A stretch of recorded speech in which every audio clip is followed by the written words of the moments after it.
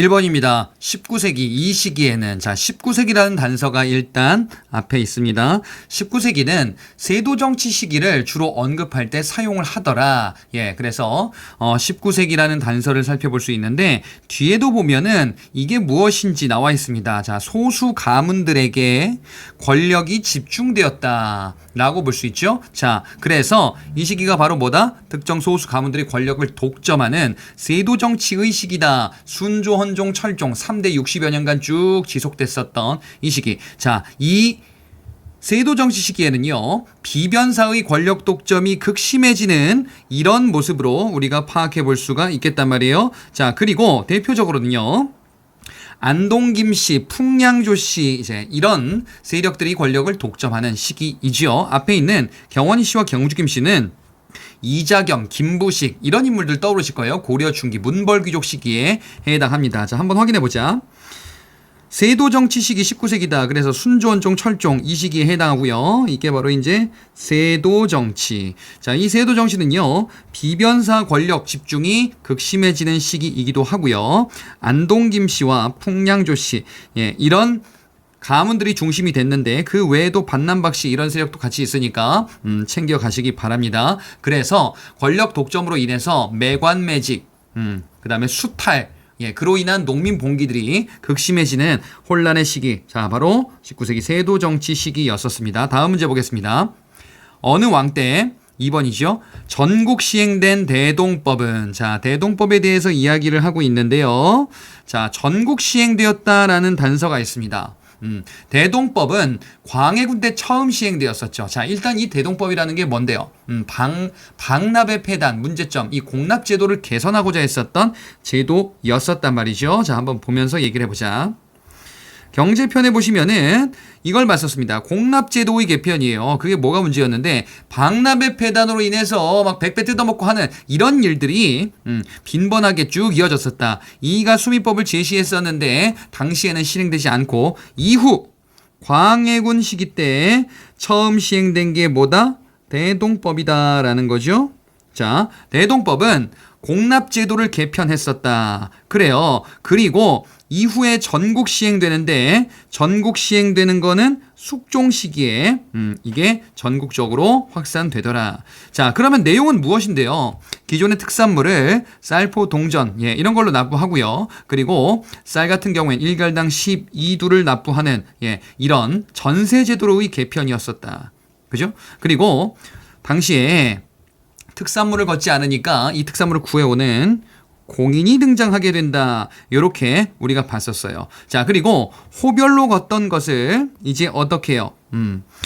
토지 소유로 부과하는 토지를 기준으로. 그래서 1결당이라는 단서가 나왔단 말이지.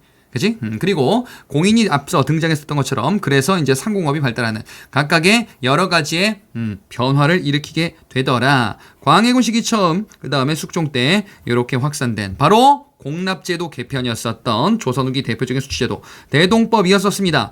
그러면 전국 시행되었다 그러니까 광해군이 아니죠. 바로 숙종 시기에 해당한다. 이렇게 살펴볼 수가 있겠구나. 처음 시행된 게 이제 광해군이고 이후에 숙종 때 전국적으로 시행된다.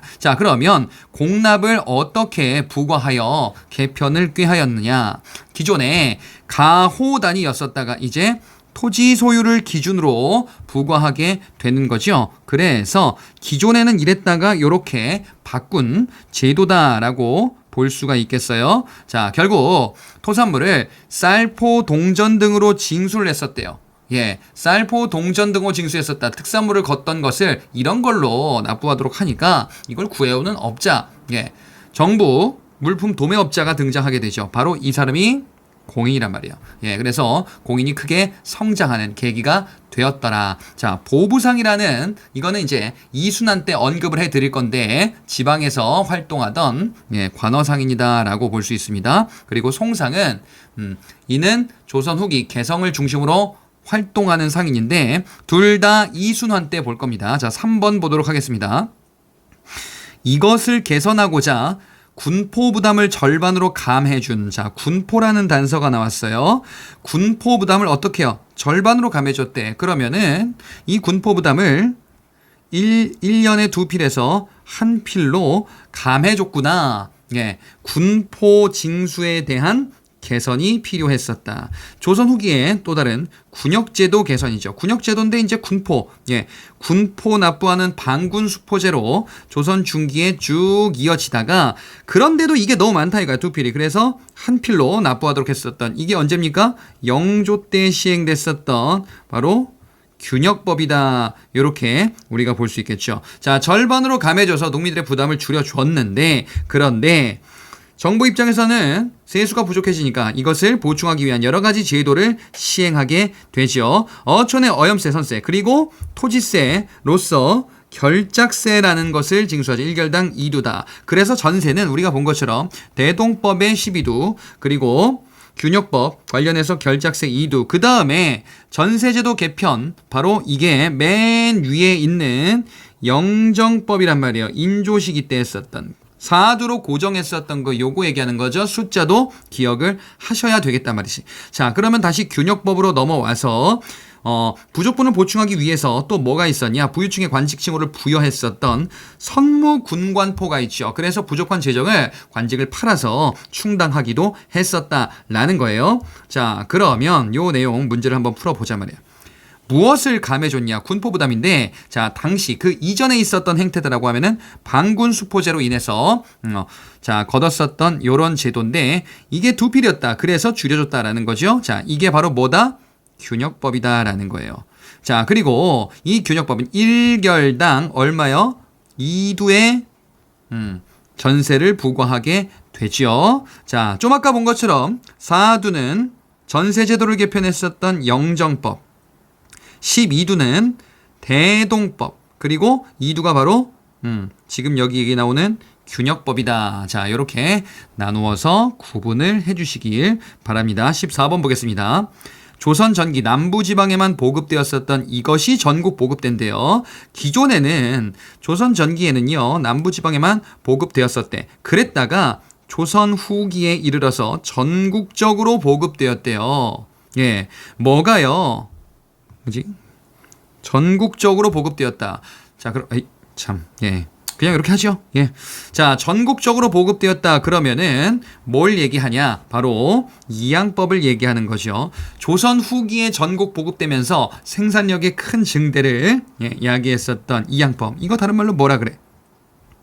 모내기법이다. 이렇게 이야기를 한단 말이에요. 자, 앞서 뒤에 있는 윤작법과 시비법 같은 경우에는 이미 조선 전기에 널리 확산된 농법이다. 자, 그러면 이 농법에 대해서 우리가 뭘 배웠는지 한번 보자 말이에요. 조선 후기에 바로 이양법, 이 모내기법이 전국적으로 확산된다. 이것을 일반화다라고도 이야기를 한단 말이지. 그치? 자, 그리고 이양법과 더불어서 소개했었던 게 바로 이모작이었단 말이야. 보리농사가 활발해지는, 이모작은 보리농사도 같이 재배할 수 있게 된 거죠. 그리고 밭 고랑에 파종하는 견종법도 보급되더라. 자, 지금 여기 안 나와 있는데 시비법, 그 다음에 윤작법, 요거 어디에 처음 나왔었냐면 이거 고려 때 처음 나와서요. 고려 중세 때 처음 나와서 조선 전기에는 널리 확산된 거예요. 자, 그래서 이렇게 나누어서 본단 말이지. 그러면 지금 여기에 답을 구해보면요. 자, 이양법임을 파악할 수 있겠고요. 모내기법이죠. 보리는 수치 대상이 아니었기 때문에 이것이 널리 확산되었대. 이양법과 더불어서, 모내기법과 더불어서 시행됐었던 바로 이모작에 대한 내용이었었단 말이죠. 자, 이모작과 관련한 내용이 좀 아까 봤다. 이 보리농사 활발해진단 말이지. 수치 대상이 아니었다. 그래서 농민들 수입에 기여하였고 분홍이 출현하게 되는 배경으로 작용하게 되는 거죠. 5번으로 보겠습니다. 조선 후기에는요. 지금 조선 후기 시기를 계속 언급을 하고 있습니다. 시대 매칭에서 출제가 되다라고 보시면 되겠어요. 양반수의 증가로, 자, 사회편 신분제도 문란에 대한 문제죠. 양반의 수가 굉장히 많이 증가했대요. 양반의 수 증가. 그러면 조선 후기에 양반의 권위와 지위는 어떻게 되는 거야? 개나 소나 양반이다 이거예요. 하락하게 될 것이다라는 거죠. 상민의 수는 어떻게 돼요? 감소하겠죠. 다 양반 되겠다라는 거예요. 어떻게든 돈 구해가지고. 결국 국가 재정은 어떻게 되냐? 상민의 수가 감소하니까 결국 주 수입원이 감소하게 되고 국가 재정은 악화되겠구나라는 겁니다. 자, 이 얘기가 신분제의 중심 내용 중에 하나다라는 것이 조선 후기에는요, 지금 조선 후기 신분제 변동으로서 양반의 수는 증가하고 노비의 수는 감소하는데, 자, 상민 역시 감소해요. 그래서 이렇게 되는 거지. 양반의 수가 늘어나고요. 노비의 수 줄고 상민 수도 준다. 예. 자, 그래서 양반의 지위는 하락하게 되더라. 양반 수의 증가, 지위는 하락. 이렇게 우리가 살펴봤었단 말이죠. 상민도 감소, 노비도 감소. 이런 모습이다. 자, 그리고 이 중인 얘기도 했었는데요. 신분상승 운동을 벌이기도 했단 말이에요. 근데 서울 신분상승에 자극을 받게 돼요. 서울은 신분이 왜 상승되느냐? 바로 영조 정조식이 탕평책의 일환이다. 이렇게 우리가 볼 수가 있겠단 말이에요. 새로운 인재를 왕권을 뒷받침하는 이러한 세력으로 성장시키고자 했었던, 구체적으로는 정조 때 이런 현상이 두드러지기도 했었죠. 유득공, 이덕무, 박재가와 같은 바로 서얼들. 구분을 하시나 이거예요. 서얼과 중인을 구분하셔야 되겠다. 자, 그래서 지금 5번에 정조 때에는 규장각 검서관, 그러면 이덕무, 박재가, 유득공 이런 사람들 바로 중인이 아니고 서얼이더라. 6번 문제입니다. 조선 후기에 그래요. 시기 또 나왔습니다. 양반층은 자신의 지위를 유지하고자 노력을 하게 되죠. 왜? 지위가 하락하니까 향촌 사회에 자신의 지위를 유지하고자 노력을 하더라. 자, 그러면 구체적인 내용 여기에 있습니다. 조선 후기 향촌 사회에 기존의 양반, 이거 사족이라 그랬어요. 또는 기존 향촌 사회의 지배 세력, 구향이다. 권위가 하락한단 말이에요. 그래서 자신의 지위를 유지하고자 이런저런 것들을 하기도 했었다. 그게 뭔데요?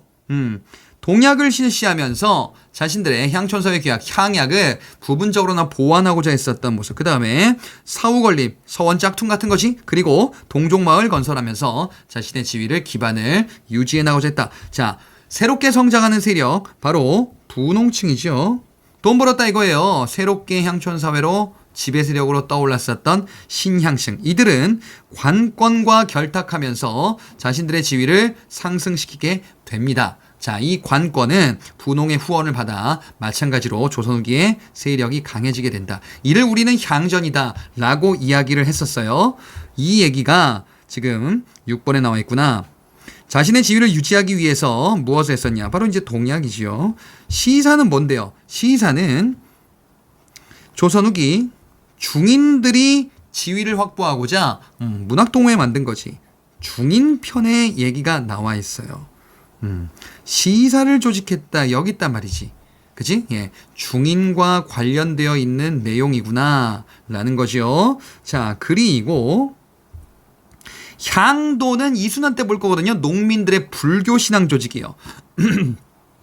둘에도 우리가 자세하게 보진 않았는데요. 이거 농민 자치 조직입니다. 자, 그래서 동약, 향약 세력이 줄어들었구나. 그리고 당시에 새롭게 성장한 분홍층은, 자, 분홍이 나왔습니다. 분홍이 나왔어요. 그러면 얘들 정체가 뭐야? 신향층이다. 이렇게 살펴볼 수가 있겠죠. 새로운 향촌사회 지배세력 신향층은요, 관권과 결탁하게 되죠. 관권과 결탁하면서 향촌사회의 자신들의 지위를 확보하고자 했었다. 그래서 기존의 구향 세력과, 자, 이 양반층이 바로 이제 구향 세력이죠. 기존 사족들. 자, 이런 갈등의 양상을 우리는 향전이다라고 이야기를 했습니다. 7번 보겠습니다. 순조 때 이 지역, 서북인 지역 차멸 때문에 일어난 사건이래요. 자, 순조 때, 순조라는 단서가 나와 있고요. 서북인들을 차별했었대. 지역 차별이 있었구나. 그래서 무슨 일이 벌어졌냐 이거예요.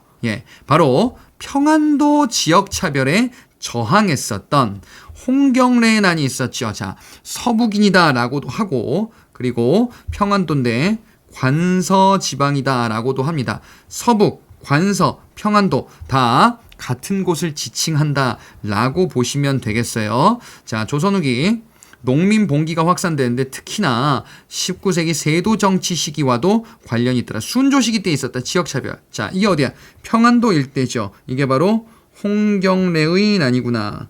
예, 이 홍경래 난은 정부 관군에 의해서 결국에는 진압되게 된다라고 봤었죠. 반면에 임술 농민 봉기는 철종 시기 때 있었는데 이는 삼정의 문란 이것에 저항했었던 성격이며 그리고 진주를 중심으로 확산되게 된다. 정부는 어떻게 했었어요? 안핵사 파견에서 이 박 교수가 삼정이정청을 설치하고 삼정의 문란을 시정하고자 했었는데 제대로 개혁이 이루어지진 않았었습니다. 자, 두 가지를 나눠 보시라 라는 거예요. 임술농민봉기와 홍경래난. 7번 끝에 있는 거 보시면요. 결국에는 정주성에서 관군에게 진압되게 됩니다. 뒤에 나오는 전국적으로 확산되었다. 요거는 임술농민봉기에 해당되는 내용이에요. 그래서 정부가 뭘 했다? 안핵사 파견하고 삼정이정청 설치를 하기도 했었다는 겁니다. 8번 문제 보겠습니다. 천주교에 대해서 이야기를 하고 있어요. 새로운 종교 얘기를 하고 있구나. 천주교. 자, 이 천주교는 세도 정치 시기에 대탄압이 본격화되었다라고 되어 있는데 앞에 보니까요. 자발적으로 수용되었는지 선교사에 의해서 전래되었는지 이것을 물어보고 있구나. 조선 후기의 대표적인 새로운 사상으로서 천주교와 동학이 있습니다. 자, 그 중에서 천주교는요, 자발적으로 수용된 특징을 보이고 있습니다. 자, 초기에는 서학이다 이렇게 부르기도 했었던 게 천주교였었죠. 자, 그랬던 천주교가 점차 확산되자 정부 입장에서는 이것을 불법적으로 규정하고 천주교를 박해하는 탄압이 있게 된다. 구체적인 탄압의 사례는 이순환 때 보도록 할 겁니다. 그리고 동학 같은 경우에는 몰락양반 최재우가 창시해서 인내천 평등을 강조했었던 우리의 민족 정교 성격을 띠고 있죠. 자, 그러면 이와 관련한 내용 8번에 보시면요. 천주교 자발적으로 수용되었다라는 특징. 그리고 동학에 대해서 얘기하고 있는데요. 이 동학은요. 인내천과 보국안민, 평등을 강조한다. 사람이 곧 하늘이다라는 거죠. 보국안민. 국가를 보호하고 백성을 편안하게 한다. 외세 침략에 대한 경계 그리고 체제 개혁을 추구했었던 이 사상이 바로 동학이다. 자, 그래서 인내천, 보국안민 이런 게 있었죠. 자, 최재우가 창시하고 이대교주 최시영으로 이어지면서 결국에는 이 동학이 더욱더 확산되게 되더라. 동경대전 용담유사와 같은 이런 경전이 널리 확산이 된 거죠. 그래서 누가 창시했냐라고 하면요. 바로 최재우다. 그지? 최재우가 1대 교주고요. 아직 안 배웠는데 2대 교주가 이건 배웠죠. 2대 교주 최시영이고요. 3대 교주가 손병이에요. 그리고 2대 교주 시절에 전봉준이 근대 시기 때 어떤 큰 사건을 일으킬 거예요. 동학농민운동을 주도하게 될 겁니다. 근대 편에 나올 겁니다. 9번 문제로 가보자. 실천과 치양지설을 강조한대요. 실천 그리고 양지를 강조하는구나. 치양지설. 자, 이 사상은 바로 양명학이다. 자, 우리 이거 어디서 봤냐? 문화편에 등장하는 내용입니다. 자, 성리학이라는 게 제 역할을 못한단 말이에요. 자, 그래서 상대적으로 주자의 말이 틀릴 수도 있다라는 견해를 얘기하는 학자들이 등장하기도 하죠.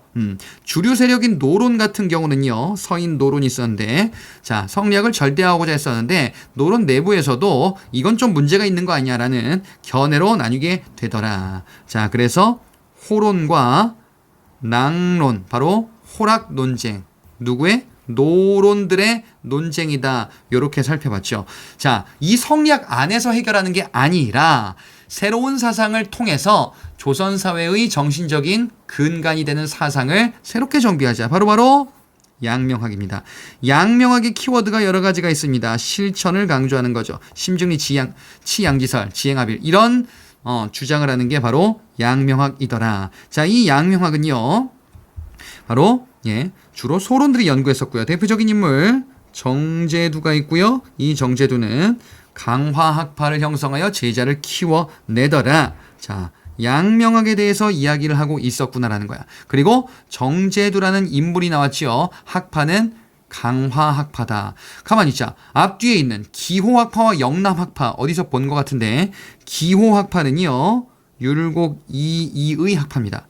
영남학파는 퇴계 이황의 학파예요. 자, 이런 게 어디 있었더라? 앞으로 쭉 넘어가 보자.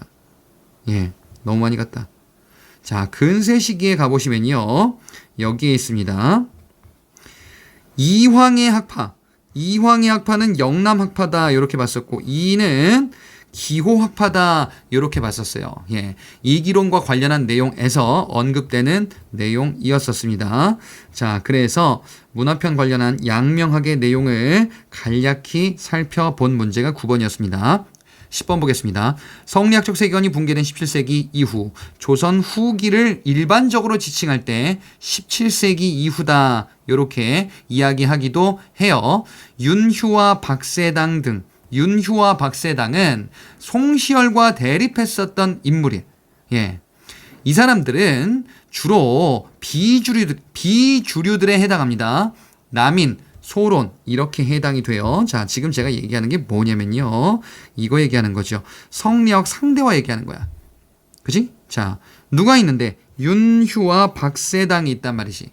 성리학을 독자적으로 해석하자라는 거야. 누구에 대항했냐? 송시열에 대항하면서 이제 성리학을 상대적으로 송시열 비롯한 서인과 노론 세력은 이들을 사문난적으로 몰아서 탄압하게 되지요? 사문난적으로 몰아서. 자, 그래서 비주류였었던 남인과 소론들에 의해서 이러한 주장이 제기되더라. 윤휴와 박세당, 남인과 소론이었습니다. 자, 주저화들은 독자 해석을 추구했대요. 그리고 호락 논쟁을 전개하였다라고 되어 있는데요. 자, 이 호락 논쟁 앞서 말씀을 드렸었죠. 호락 논쟁은 호론과 낭론 간의 논쟁인데 충청도 지역의 노론인 호론과 서울 경기의 노론인 낭론, 예, 이들의 갈등이다라고 볼 수 있습니다. 인간과 사물은 이질적이다. 호론은 인물성 이론을 얘기했었고 반면에 낭론은 인간과 사물은 유사한 측면이 있다. 인물성 동론을 얘기했었죠. 자, 이런 차이가 있었다. 근데 이게 어디서 왔다? 노론 계열들의 논쟁이다 라고 보셔야 되겠습니다. 자, 그래서 답은 노론이 되겠죠. 11번 보겠습니다. 이 사람은 최소 생계 가능 토지 보장을 요구했었대요. 최소한의 생계 가능, 이것을 보장해 주어야 농민 생활이 안정된다. 자, 실학자 구분입니다. 문제 포인트는 그러니까 지금 이 사람이 누구입니까? 라는 것을 주로 물어보는 거예요. 크게는 농업개혁안을 제시했었던 중농학파와 상공업 육성을 주로 강조했었던 중상학파라고 나뉘죠. 첫 번째 유형원 같은 경우는 반개수록에서 균전론을 제시하면서 신분의 차등이 있는 토지 재분배 이렇게 균등하게 분배해야 된다라고 이야기를 하고요. 그 다음에 이익. 자, 이익은 성모사설 과구록을 통해서 자신의 생각을 체계화하고 그리고 최저 생계 가능 토지인 영업전 이거는 매매하면 안 된다라고 얘기하죠. 제한해야 된다. 그래서 한전론을 이야기를 했구나. 그리고 정약용. 자, 정약용은 경세유표, 옥민심서, 흠음심서 이런 저서를 남겼으며 공동농장제도의 필요성을 얘기합니다. 여전론과 정전제 이렇게 발전하기도 합니다. 자, 이게 바로 이제 중농학파 관련된 인물들의 주장이었었어요. 최소 생계 가능 토지, 최소 생계 가능 토지 이것을 보장하고 매매를 제한해야 된다라고 이야기를 해. 그래서 이게 뭐다? 한전론이다라고 이야기를 할 수가 있겠다. 한전론 제한을 두자 이거죠.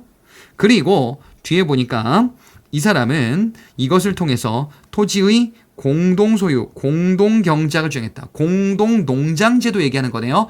여라는 마을 단위 토지의 분배를 하자라는 주장이죠. 정약용의 이게 뭐야? 여전론이었었다라는 거지. 자, 균전론은 유형원이랑 일단 연결시키면 되겠고요. 이게 한전론 좀 아까 살펴봤었다. 정약용은 여전론 말고 정전제도 함께 이야기를 한다라는 것을 놓치지 마시기 바랍니다.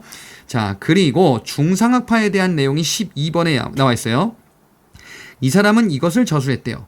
그래서 이 사람이 지금 누군가 보니까 재물을 우물물에 빗댔대. 우물론이다.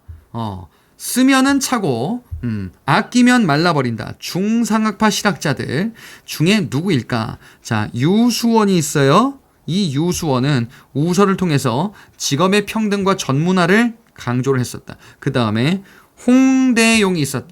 홍대용, 이마경륜, 그리고 의산문답, 이런 저서들을 통해 이제 자신의 사상을 체계화하는데, 이 사람은요 성리학 중심의 중국 중심의 세계관을 비판하기도 했었다. 그래서 변화된 시기에 우리가 마치 우주를 보듯이 넓은 관점으로 바라봐야 한다. 중국의 틀 안에 갇혀있지 말자라는 이야기를 하기도 합니다. 그러면서 지구가 돈다라는 지전설을 강조하기도 했었죠. 자, 그리고 세 번째에 우리가 언급한 사람이 박지원입니다. 자, 박지원은 열하일기, 열하일기, 관홍소초와 같은 저서를 남기기도 했었고, 이 사람은 술의 사용을 활성화시켜서 상공업을 발전시켜야 된다. 우리가 그래서 부강해질 수 있다라는 것을 이야기를 합니다. 그리고 박제가, 자, 이 박제가는 북학의를 통해 소비의 중요성을 강조하죠. 소비, 적절한 소비가 필요하다. 왜? 아껴두면 거지 된다. 우물물처럼, 우물론이란 말이에요. 그래서 이 사람 누구다? 박제가다라는 거죠. 박제가는 북학의를 통해서 뭘?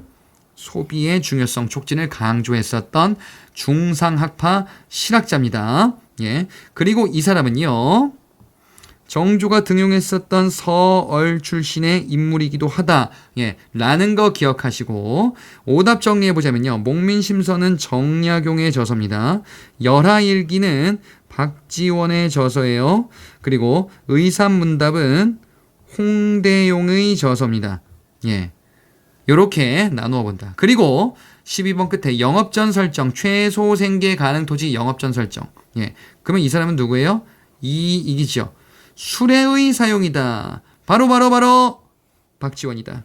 그래서 우리는 상공업을 육성시킬 수 있다라는 주장을 전개한다라고 했었습니다. 13번 보겠습니다. 역사서 문제입니다. 자, 안정복이라는 사람이 무엇을 저술하였는가? 안정복의 저서 찾아보니까 뭐가 있나요? 동사강목이 있습니다. 그래서 여기서 독자적 정통론을 주장했다라는 건데, 배운 내용에서 확인해보자.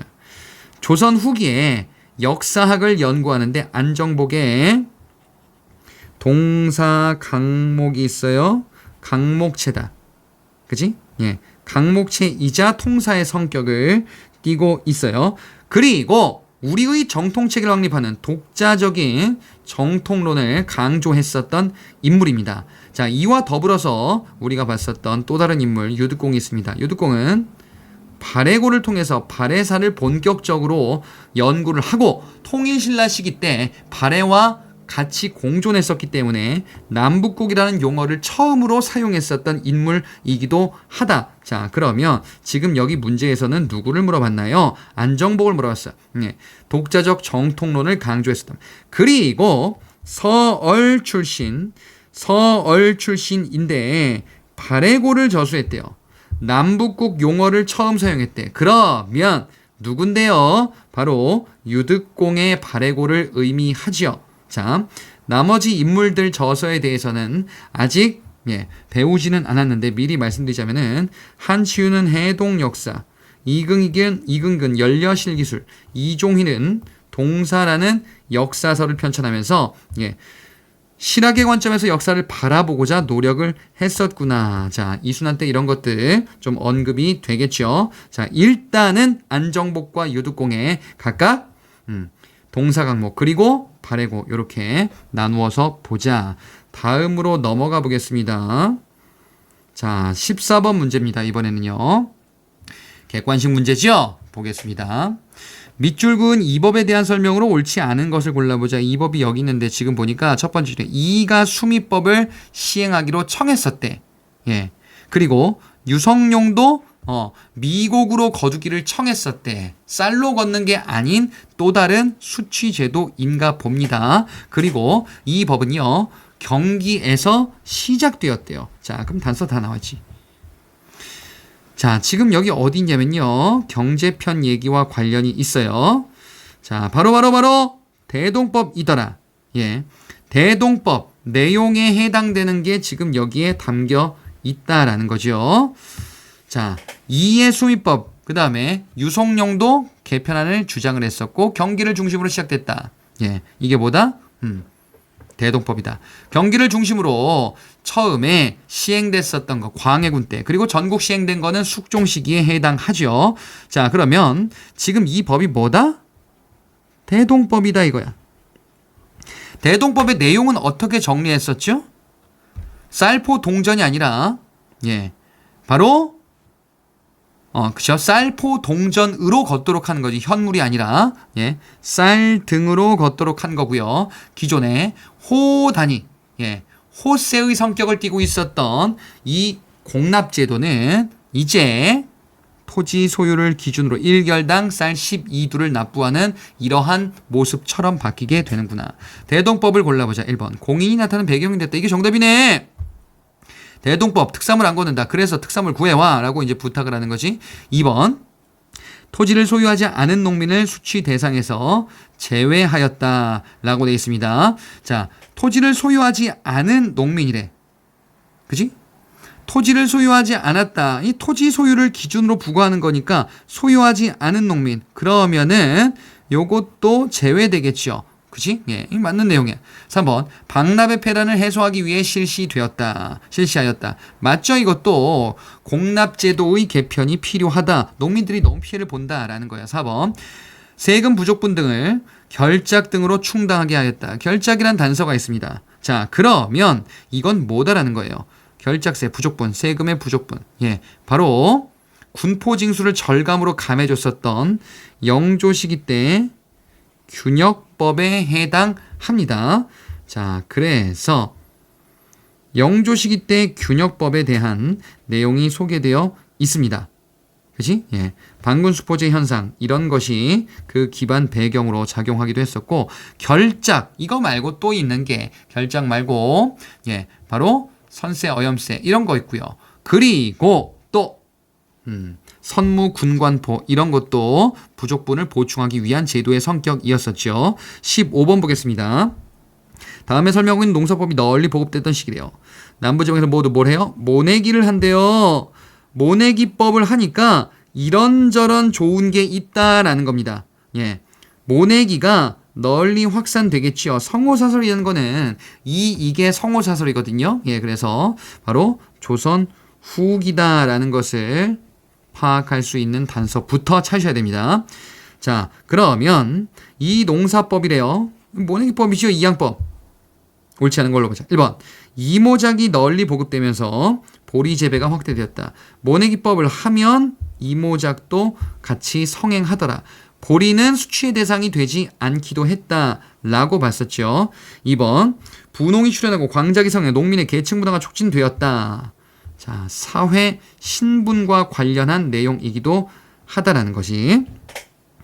자, 이들은 지금 앞서 다시 보니까 분홍과 광장, 농민의 계층 분화라는 단서가 나왔어요.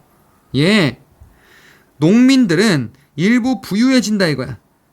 그리고 이들이 부유한 농민, 그렇지 않고 몰락하는 농민, 예, 이렇게 나뉘게 되죠. 이를 우리는 농민의 계층 분화다라고 이야기를 한다면, 윗대가리 농민들은 신분을 상승하려는, 예, 이런 모습, 이런 노력을 기울이기도 한다. 자, 그래서 2번 맞다 이거죠. 3번. 시비법이 발달하여 시비법이 처음으로 발달해서 어쩌고 저쩌고 얘기야.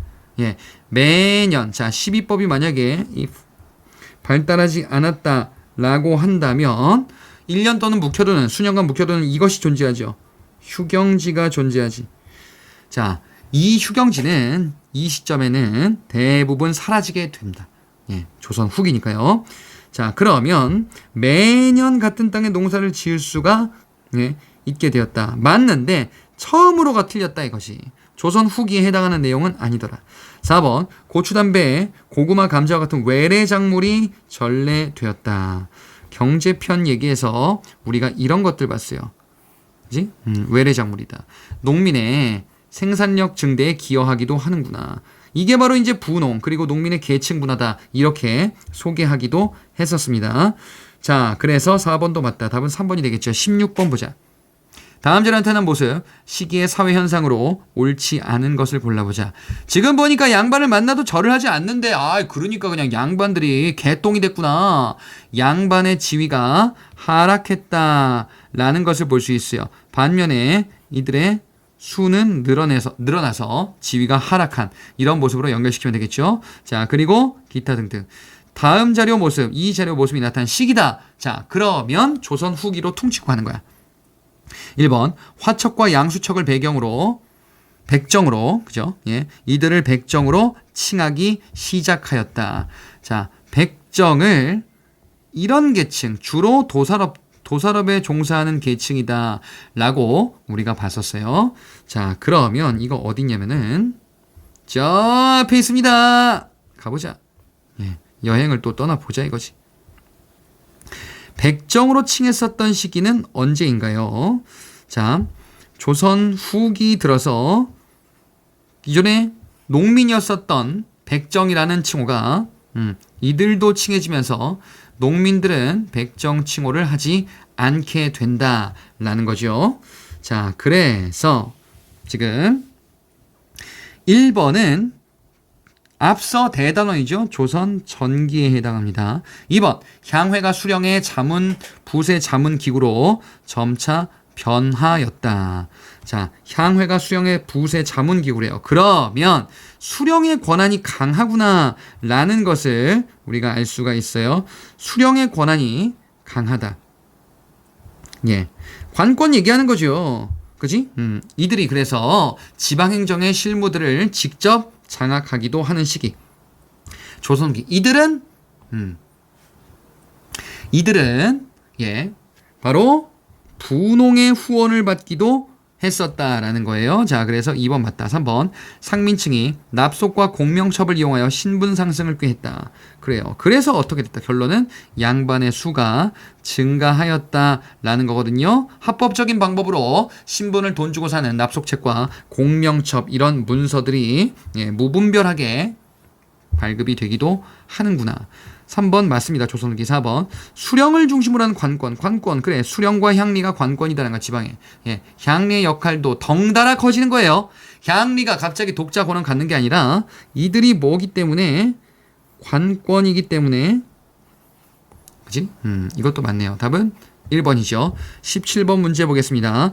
제시된 사건에 대한 설명으로 적절한 것을 골라보자. 평서 대원수가 급히 경문을 띄운대요. 우리 관서의 불호자재 등등등 경문을 들으시라. 그래서 이 시기는 언제다? 순조시기다. 관서 지방은 앞서도 본 것처럼 평안도 일대죠. 그리고 관서 지방은 서북 지방이다 라고 부르기도 했었단 말이야. 그러면 이게 뭐다 이거야? 예, 홍경래의 난이다 라는 것을 우리가 알 수가 있죠. 자, 순조 시기에 해당하네요.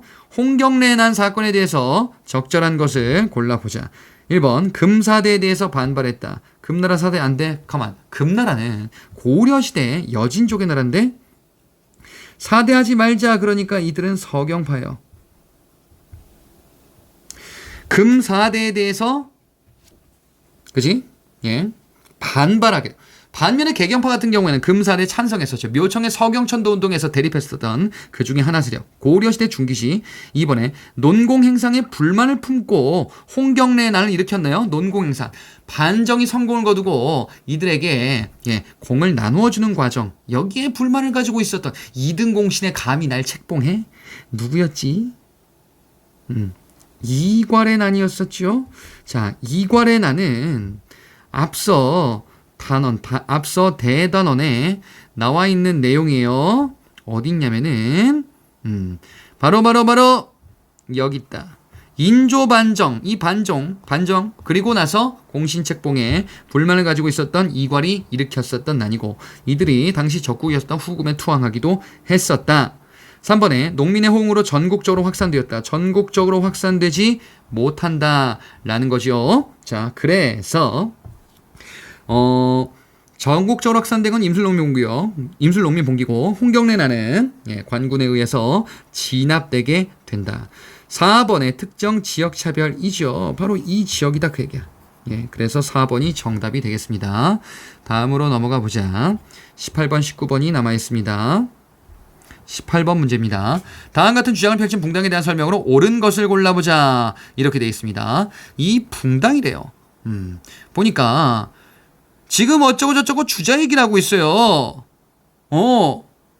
주자에 대해서 이야기를 하는데 주자가 중요한 얘기를 한다라고 하는 것 같아. 자, 자세히 모르겠으면 그냥 쭉 흘리면 돼. 윤휴가 자신의 견해를 내세워서 억지를 늘어놓는데 윤휴는 사문난적이래요. 사문난적이라고 윤휴를 비판하고 있어요. 그러면 이쪽은 윤휴, 성리학을 상대적으로 누구나 옳다, 주자만 옳은 것이 아니다라고 해석을 하고 있죠. 자, 이렇게 비판하는 이 사람들, 지금 이 지문에 있는 것처럼 이들이 누구냐? 바로 성리학 절대화를 꾀했었던 인물, 대표적으로 송시열이 있어요. 송시열의 당색은 주류, 서인, 노론, 요렇게 우리가 볼 수가 있겠구나. 자, 그러면 요 내용이 어디 있었냐면은 문화편에 있었습니다. 빠르게 슉 한번 가볼게요. 자, 문화편 가보면은 이 얘기한 거예요. 절대화냐 상대화냐. 그 중에서 지금 송시열이 윤휴를 사문난적으로 비판하고 있다라는 내용이다. 자, 그러면 보기를 보자. 1번에 예속논쟁에서 왕권을 강조했다. 예속논쟁에서 남인과 서인이 갈등을 벌였잖아. 첫 번째 기해예송, 두 번째 갑인예송. 그치? 남인은 3년, 서인은 1년. 그 다음에 갑인예송에서는 남인은 1년, 서인은 9개월 이렇게 주장을 했었다라고 봤었죠. 자, 그런데 여기서 논리가 뭐였었는데 왕권을 강조해야 되느냐? 아니다. 신권을 강조해야 되느냐? 왕권과 신권은 대등하다라는 거지. 그럼 왕권을 강조했다. 남인 얘긴데요? 이 붕당은 서인과 노론이란 말이야. 그러니까 틀렸다 이거지. 그치? 서인이야. 이번에 윤증을 중심으로 결집하였다. 송시열. 자, 여기서는 서인이 분파한 거예요. 노론과 소론으로. 노론의 우두머리가 송시열이고요. 그리고 소론의 우두머리 윤증이었었다. 본래 제자였다가 돌아선 거야. 그래서 늙었느냐 젊으냐 이렇게 이야기를 하기도 하는 거지. 윤증을 중심으로 결집했다. 그러면 이들은 누구다? 소론이다. 송시열로 바꿔야 돼요. 3번에 대의 명분을 존중하는 경향을 보였다. 대의 명분이래. 이거 지금 무슨 얘기냐면은 자, 답은 서인인데 앞에 대단원 얘기하는 거예요.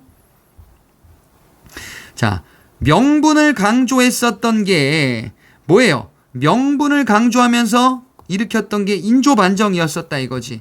실리가 아니라 광해군 때 이게 아니라 명분을 강조했었다. 자, 서인이 주도한 정권이니까 대의 명분을 강조했다. 이렇게 이야기를 하기도 한다 이거지. 자, 그래서 18번은 3번이 서인에 대한 내용입니다. 약간 난이도가 있게 느껴지셨을 거예요. 4번 양명학을 수용하여 실천을 강조했다. 이건 정제도 얘기했었는데 주로 소론 계열이다라고 했었어요. 그래서 답은 3번이다. 마지막 19번 문제. 가나를 주장한 학자들의 공통된 입장이래요. 가를 보니까 경상도 아이들은 새우젓을 모르고 평안도 아이들은 강 구분을 그리지 못한대요. 야, 그러면은 유통이 안 돼서 생기는 문제다. 이것을 강조해야 된다. 결정적인 단서 여기 있죠. 수레. 그리고 또 열하일기. 누굽니까? 박지원이지. 박지원이 술의 사용을 강조했었던 그 내용이네요. 실학자 구분 문제였었구나. 실학자를 구분하는 데 있어서 중상학파 실학자였었죠. 박지원. 술의 사용을 강조했었다. 그래서 뭐야? 유통이 필요하다라는 이야기를 했었다라는 거예요. 자, 그 다음에 나를 보니까 재물은 아까 봤네. 우물과 같다. 이거 앞서 봤었던 그 내용이구나. 북학의를 전술하면서 소비를 강조했었던 바로 서울 출신 박제가가 되겠죠. 자, 그러면 인물들을 박지원가, 나는 박제가 봤습니다. 그러면 공통된 입장이래. 이들은 다 뭐야? 중상학파다라고 볼 수 있겠지. 중상학파는 상공업의 중요성을 강조하면서 한편으로는 청나라 문물의 수용이 필요하다라는 주장을 했었다라는 거예요. 자, 그래서 답이 여기 있네요. 청의 문물 수용을 주장했다. 자, 1번에 강화학파를 형성했다. 이거는 정제도 양명학이지요. 양명학의 내용이다. 실학이 아니다 이거지. 3번에 토지제도의 개혁을 중시 여겼다. 제시하였다. 주로 누구에 해당하냐? 중농학파들, 유형원, 이익, 그 다음에 정약용, 이런 인물들 중심이죠. 4번의 성리학 절대는 아까도 봤네요. 서인 송시열입니다. 자, 답은 그래서 2번이 되겠습니다.